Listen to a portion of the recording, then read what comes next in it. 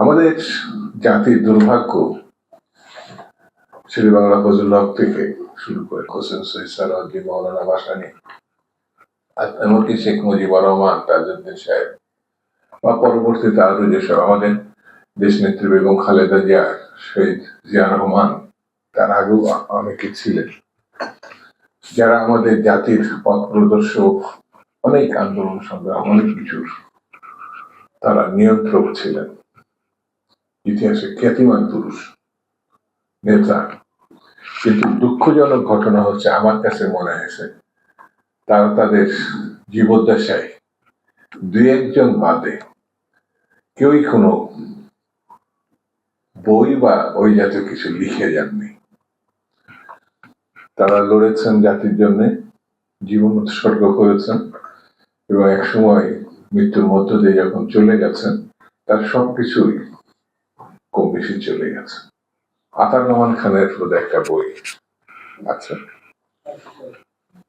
তো আমাদের সবারই উচিত হচ্ছে সময়কে তার মতো করে সে কিভাবে দেখেছে, কিভাবে বুঝেছে, কিভাবে জেনেছে, একজন সাংবাদিক যদি লিখে তার মতো করে, সেটাও আমরা জানতে পারবো। আমাদের দেশে অনেক খ্যাতিমান সাংবাদিক ছিলেন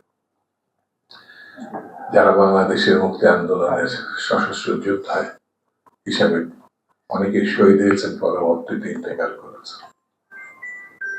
কর্মজীবনে ছিলেন, কিন্তু খুব একটা বেশি আমরা তাদের কাছ থেকে পাই নাই।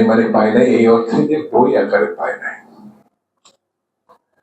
তো আজকে এই উদ্যোগকে আমি সমর্থন করে আহ্বান জানাই যে আমাদের সকলের উদ্যোগী হয়ে আগামী প্রজন্মকে আমার সময়ের কথাগুলো যেন আমরা রেখে যেতে পারি, এই উদ্যোগটি আমরা থাকি।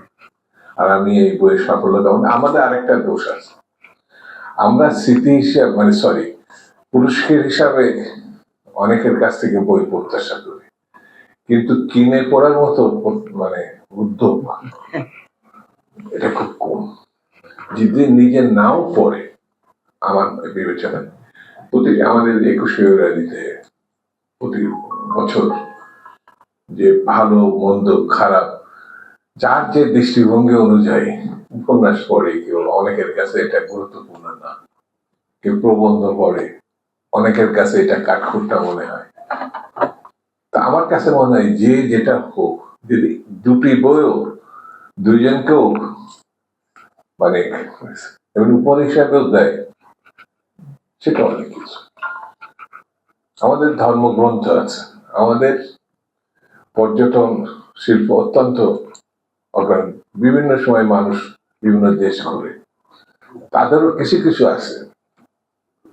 আমার সেই জিনিসটি হচ্ছে আহ্বান এটাই, আসুন আমরা বই কিনি, পড়ি এবং পুরস্কার হিসাবে, উপহার হিসাবে আমরা এটা অন্যকে সঙ্গে শেয়ার করি। তাহলেও আমরা মনে হয় ক্ষুদ্র হলেও এটা অনেক কাজে আসবে আমাদের সকলের জন্য।